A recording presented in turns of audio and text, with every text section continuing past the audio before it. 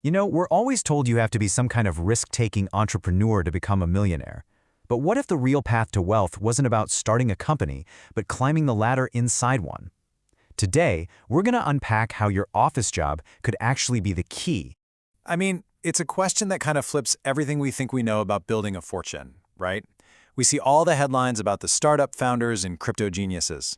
But what if the good old corporate ladder was a legit and maybe even overlooked path to millions?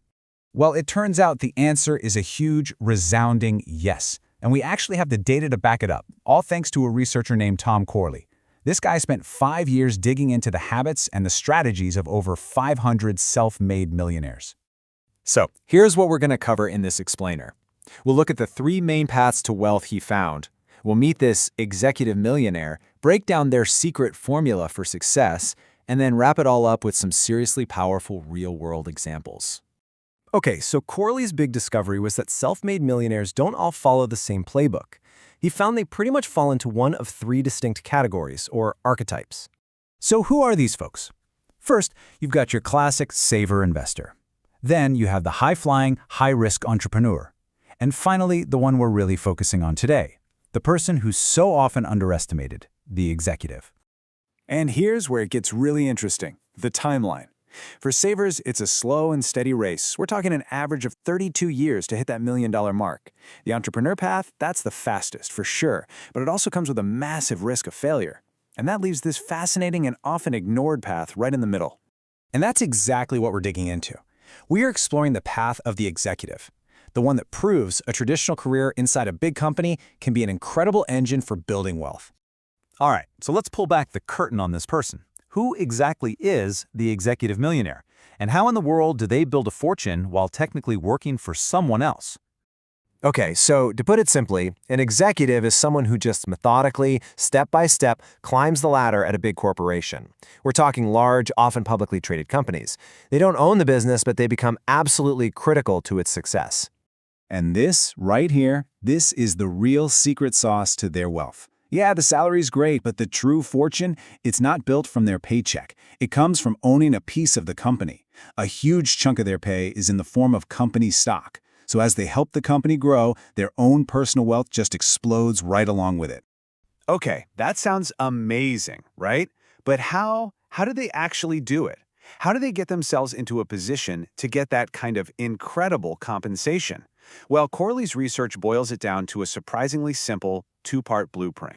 And the formula itself, believe it or not, sounds almost deceptively simple, but mastering it is the real challenge. It's 2 steps. First, become an absolutely indispensable expert.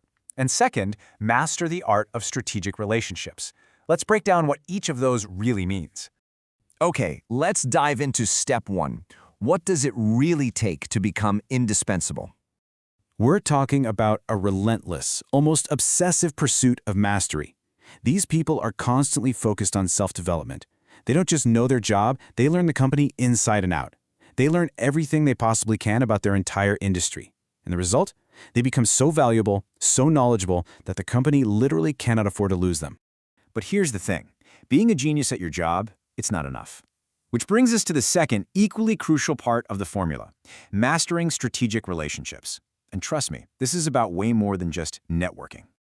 And I want to be clear, this is not about going to a conference and just collecting a stack of business cards. This is about building deep, genuine, long-term connections with influential people.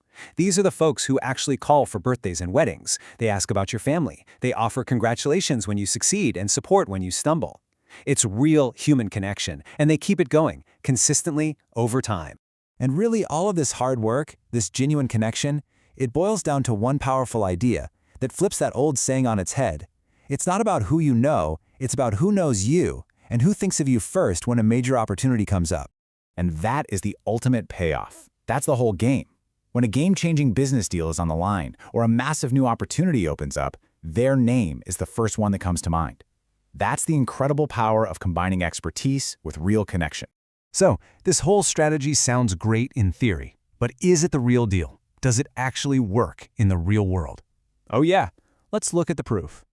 I mean, look at someone like Sundar Pichai. He didn't start Google, right? He joined way back in 2004 and just became the indispensable expert on their core products, like Chrome.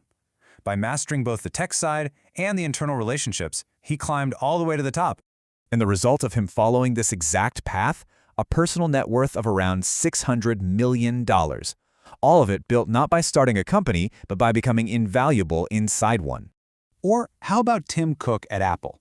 He joins back in '98 and becomes the absolute undisputed master of one thing: supply chains. He totally revolutionized their operations, and in doing so, made himself completely invaluable to Steve Jobs and the entire company. And what has that mastery gotten him?